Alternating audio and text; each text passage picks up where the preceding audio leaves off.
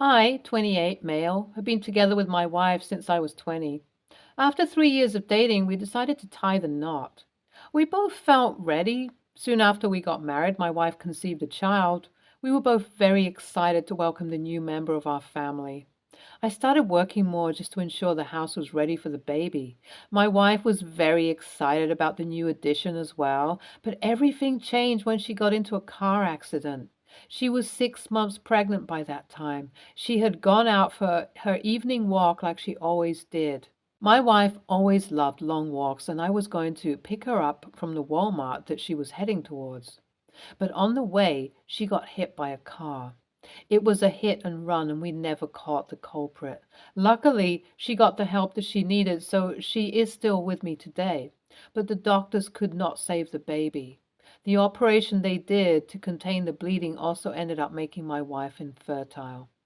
At the moment when I was told that they wouldn't be able to save the baby if they went through the operation, I agreed to the procedure. I thought I made the right decision. However, my wife did not agree.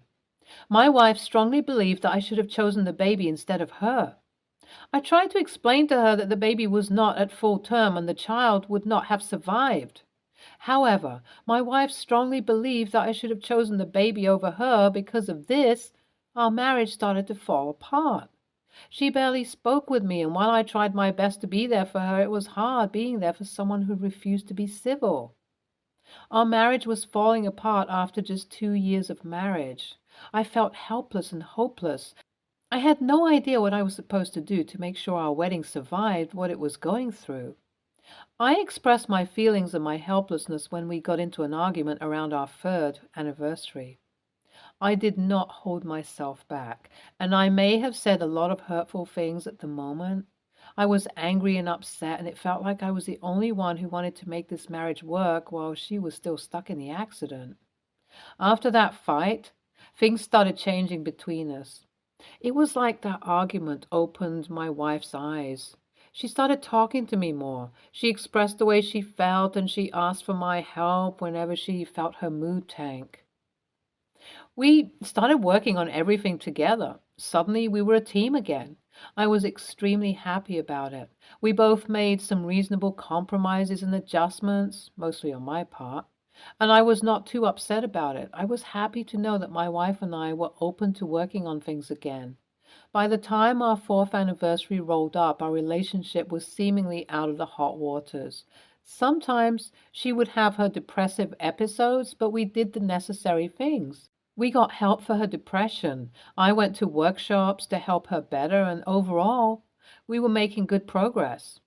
Eventually, when our fifth anniversary came up, which was 3 days ago, I was very excited.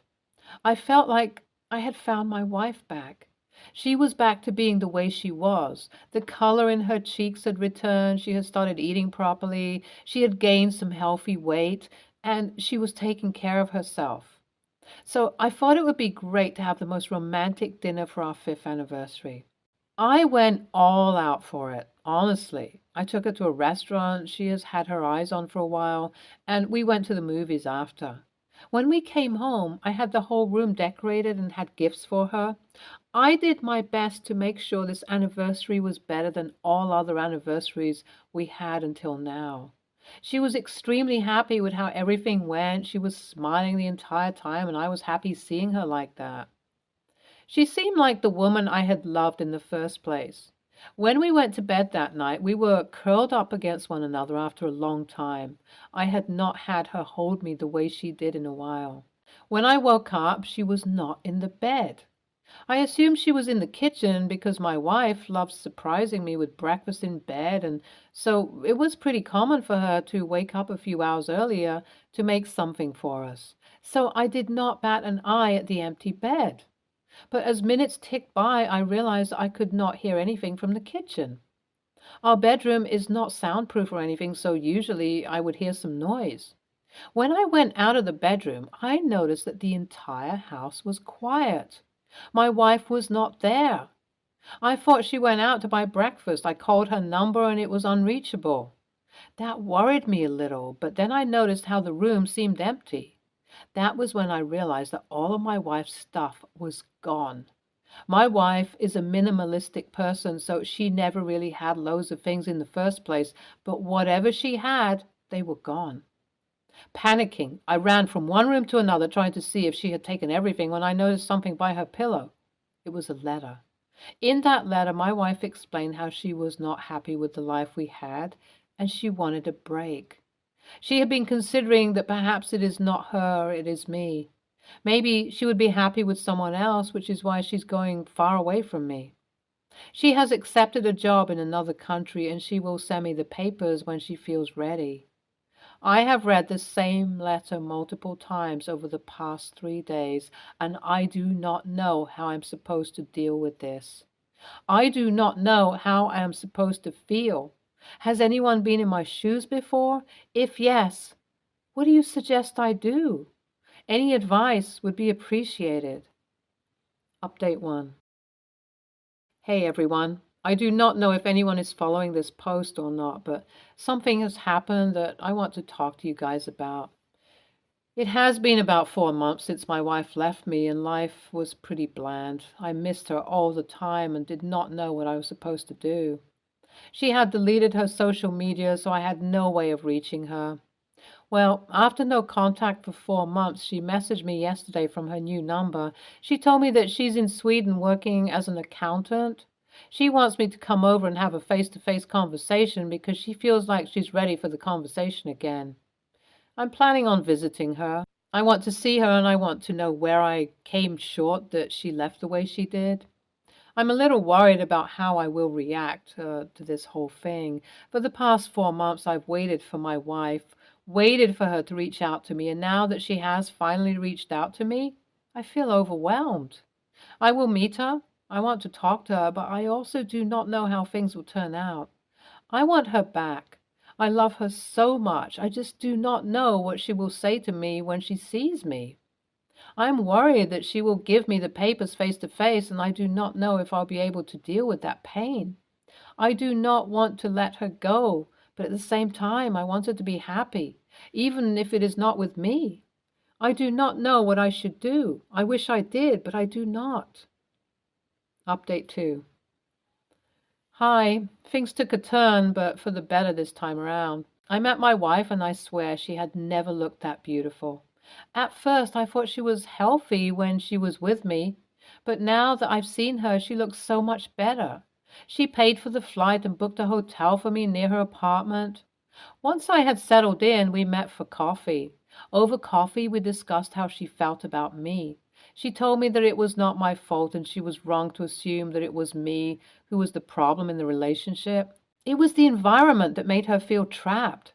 She wanted to move on from the grief, and even when she did, the fact that we still stayed in the same house kept her tied down to the grief without letting her move on completely, which is why, even though on the surface she seemed okay, deep down she was tired, exhausted, and done. She thought that maybe being with someone else would make her feel better, which is why she decided to take the job offer at Sweden.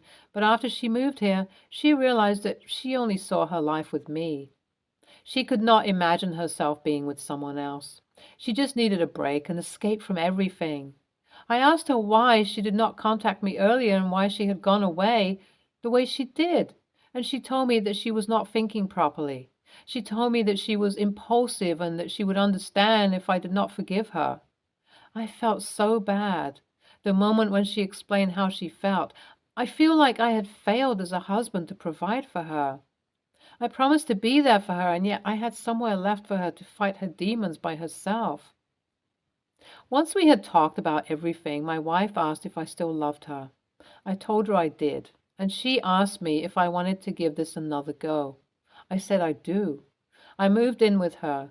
I can see how happy she is here. I'm planning on moving here with her. She deserves to be happy. Update 3. Hey everyone. It's our 6th anniversary and we're still together. We are currently in Italy to celebrate our anniversary. So far, things have been really good between us. We're working on our marriage and we have been to couples therapy together just to resolve and work on the emotions that we both may be feeling. Things are going well. I am glad I did not leave. She truly loves me and I love her just as much. Hey, OP. I'm sorry to hear what you're going through. That sounds like a really tough time. The only advice that I have for you is to think you should have faith in her. If she loves you, I'm sure she will reach out, but I also do not want you to wait for her for eternity. This is such a bad situation. I can understand that your wife has been struggling with some mental issues. Sometimes it is easier to up and leave instead of communicating and working around those issues. So I think you should try and reach out to her, at least wait for her to reach out to you, because I'm sure that she loves you. It is very evident from the way you've described your relationship that she loves you, and I'm sure she will come around. Please have faith. Next story. I'm 22, female. My cousin, 24, male, is getting married next weekend. He proposed to his girlfriend, 25, female, on Wednesday and wants to get married by the next Saturday.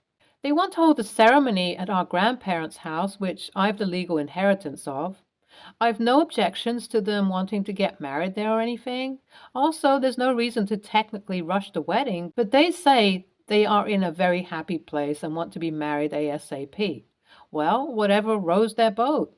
They want to hold the ceremony in the backyard, and there's this platform of sorts where they want the wedding party to sit at the reception. The thing is, one of their bridesmaids, 24, 25, female, is a wheelchair user, and so they want to add a ramp to the platform. Now, the conflict is, they asked me to get a ramp there. I've talked to the contractor who has done most of the furniture and stuff in that house, and he says he can only get to it next month. He's busy with some personal affairs. I told my cousin this, and he and his fiancée are very mad at me when I refuse to hire a different contractor or get a quick work done. I have offered to attach a temporary ramp, the detachable kind, which I could rent from a nearby shop. Instead, the bridesmaid is refusing this, saying she deserves better accommodative and accepting facility. Thing to be noted is, the cousin doesn't want to pay for ramp construction since it's not his house and doesn't even want to pay any percentage of the rent for ramp. Also, the rest of the house is wheelchair accessible since my grandma needed it, including washrooms. It's only this platform for some reason has no ramp but only stairs. I don't want any sloppy or expensive ramp done in a rush because I don't have that kind of money saved or want to compromise the quality. The bride texted me saying she and my cousin have always walked on eggshells around me to make accommodations for my handicap and feelings. This is the least I can do for them. For reference, my handicap is my autism. It's never occurred to me it's a handicap or issue for people, at least family, to be around me. When I talked to my parents about this, they were very angry at her and have refused to attend weddings where their kid is disrespected. When my aunt, groom's mom, found out about this whole thing, she was red angry and said she might not attend the wedding too. Now the bride is calling me an ableist and instigator. AITA? Edit. Wheelchair user instead of bound. Sorry, wasn't aware of the negative connotation. Edit 2. Mostly everyone's saying I shouldn't let them host a wedding there seems unfair since it was his grandparents' home too. But yes, I may not attend the wedding. It's disrespectful, I see. Edit 3. Thanks for everything. Posted a request for an update. Hopefully it will be up soon. Update. Thank you everyone for all the comments and explanations. It really helped me understand the entirety of the situation. Well, after reading all the comments, the general consensus was not to let them use my house for weddings, and when I asked my parents about this, they wholeheartedly agreed. Well, it so happened we were at the said house, we being me, my parents, and my aunt, groom's mom, when I texted my cousin saying, I'm sorry, but I'm not comfortable with you hosting the wedding or reception in my house. And he simply texted back, okay. That's when my aunt called him up and started yelling how he was raised better. And he, being disrespectful to his sister, isn't what she ever expected. She said she won't attend the wedding, and when undoubtedly the marriage will fail, he'll come back to his senses and his family. He was shell-shocked, would be an understatement. He immediately came over to meet us all, and when I told him about the handicap text from his bride-to-be, he was taken aback. He apologized profusely. He literally said he's begging for forgiveness. Yes, he was irrational for the ramp demand, but the bridesmaid was emotionally manipulating him and blackmailing him a lot. He called off the wedding and has gone no contact with fiancé. She saw the original post on Reddit and texted me calling me a tattletale dimwit. So F you, Carol. Also, as it turns out, they were rushing the wedding because she didn't want to sign a prenup. Dodged a bullet there, it seems. Yes, she said this part herself, yelling in rage. So no wedding, but my aunt is hosting dinner the night of the wedding and making my favorite dishes. Once again, thank you, everyone. NTA, you offered a perfect solution in the rental ramp, and they are being controlling, ungrateful, and ridiculous. It is also really gross for them to reference your neurodivergence as some sort of weight to hold over your head. Please stand your ground, OP. You are already being very generous and giving them a workaround with the rental ramp. It is up to them to accept or not. Next story. I, 28, male, have never had a good relationship with my dad, 68, male. He was too strict and barely spoke to me, but was perfect for my siblings. It's mainly because he was a very wild teenager, and I guess he saw himself in me somehow. He thinks I'm a screw-up for having a child at a young age, even though I have a master's degree, have a high-paying job, and my son actually likes me. My son, 6, male, has recently gotten into the habit of calling me by my first name. I think it's adorable and hilarious, and I don't mind at all. In turn, I call him by his full name. He has a long first name, and we usually address him with a shortened version, so if his name was Nicholas, we call him Nick. Sometimes I add embellishments, so he'd be Sir Nicholas the First or something ridiculous like that. It's hilarious, and I love it. My dad thinks I'm allowing my son to disrespect me, and he has shouted at my son before for it. I forced him to apologize. I still have a very good relationship with my mother, 64, female, and she often watches my son for me while I'm at work or busy. When I went to pick him up yesterday, he said, "Hello," my name, and I shook his hand and said, "Sir," his full first name. My mom was rightfully confused, so I explained the joke to her, and she found it hilarious. My father overheard this conversation and said that I was teaching my son that it's funny to disrespect me. He started yelling at my son to apologize to me, and I snapped and said, "This is why I don't like you. You're freaking weird." Yes, I know I shouldn't have sworn around my son. My dad asked what I meant by weird, and I told him his personality is awful and he's extremely weird to be so bothered about a child being funny. I took my son and left after that. My brother called me later and said I was an a-hole for insulting our dad. He's saying that insulting someone's whole personality is out of line, and instead I could have insulted his actions, and I made it worse by saying it's the reason I don't like him. He's saying that I should apologize, but I don't think I'm wrong. AITA? NTA. He's an AH for telling your son off, though when you've already told him that it's not an issue. But is this really a weird personality? He just sounds like a grumpy old man to me. A lot of older people find it disrespectful to be addressed by their first name by someone younger. Sounds like he can't wrap his head around the idea that it's not disrespect, but a joke between you and your son. NTA, you already told your dad he was out of line scolding your son for something you had no issue with. If your father can't respect that boundary, he needs to deal with the consequences. However, I'd urge you to explore your feelings towards him a bit more. Weird is such an ambiguous term. It leaves great room for interpretation on his end, too.